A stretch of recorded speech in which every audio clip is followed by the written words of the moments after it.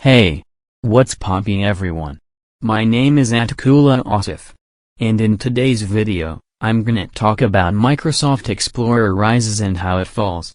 This video is gonna be interesting. So any further though, let's get to the video.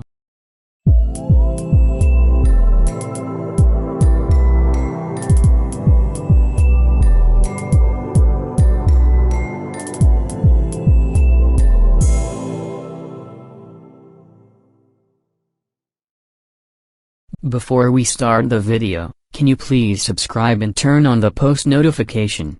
I really need your support.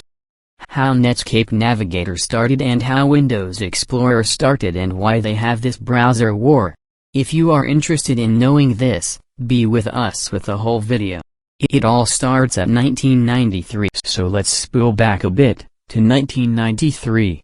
By then, the internet was roughly 10 years old, but for its first decade had been largely unknown to anyone other than geeks and computer science researchers.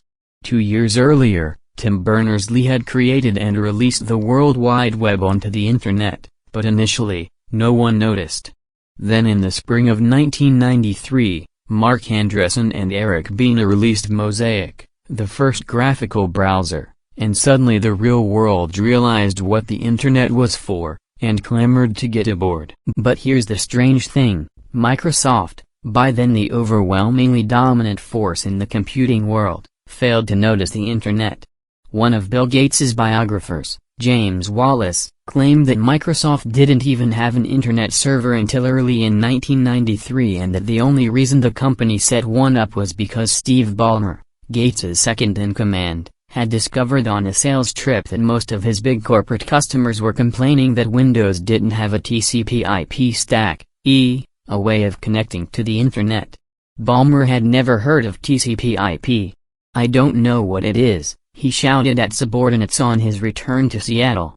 "I don't want to know what it is. But my customers are screaming about it. Make the pain go away." But even when Microsoft engineers built a TCP/IP stack into Windows, the pain continued. Andreessen and his colleagues left university to found Netscape, wrote a new browser from scratch, and released it as Netscape Navigator.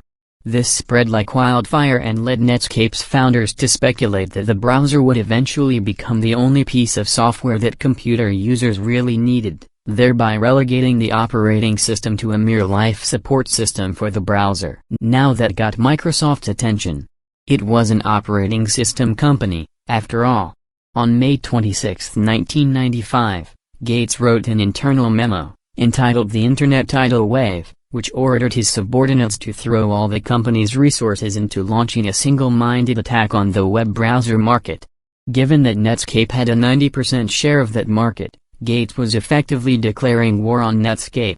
Microsoft hastily built its own browser, named it Internet Explorer, and set out to destroy the upstart by incorporating Explorer into the Windows operating system, so that it was the default browser for every PC sold. The strategy worked. Microsoft succeeded in exterminating Netscape, but in the process also nearly destroyed itself, because the campaign triggered an antitrust suit which looked like breaking up the company, only to founder at the last moment. So Microsoft lived to tell the tale, and Internet Explorer became the world's browser. By 2000, Internet Explorer had a 95% market share. It was the de facto industry standard, which meant that if you wanted to make a living from software development you had to make sure that your staff worked on Internet Explorer. The Explorer franchise was a monopoly on steroids, but it turned out to be a double-edged sword. Companies and large organizations built their IT infrastructure around Internet Explorer. The NHS, for example, has hundreds of thousands of PCs, and for years, if you wanted to sell software products to it, then they had to be able to run not just on Internet Explorer but on a specific version of the program. For all I know, that may still be the case. So the very success of Microsoft in dominating the browser market in effect locked some of its biggest customers into an increasingly dysfunctional and insecure time warp. But Microsoft's monopolistic grip on the PC operating system and Office software market also rendered it blind to what was happening in the computing industry generally. Just as it missed the internet when it first appeared, Microsoft also missed the switch to cloud computing and mobile devices, and because Internet Explorer was so dominant, Microsoft had little incentive to update and improve it. So, in the end, other, more innovative, browsers like Opera, Safari, Firefox, and eventually Google Chrome appeared. In comparison with these newcomers, Internet Explorer looked increasingly tired and impoverished, the software equivalent of a former heavyweight champion grown fat and arthritic. And the intriguing thing is that the contender that triggered its decline was Firefox, the product of the Mozilla Foundation, an organization created from the ruins of Netscape. Who said there's no justice?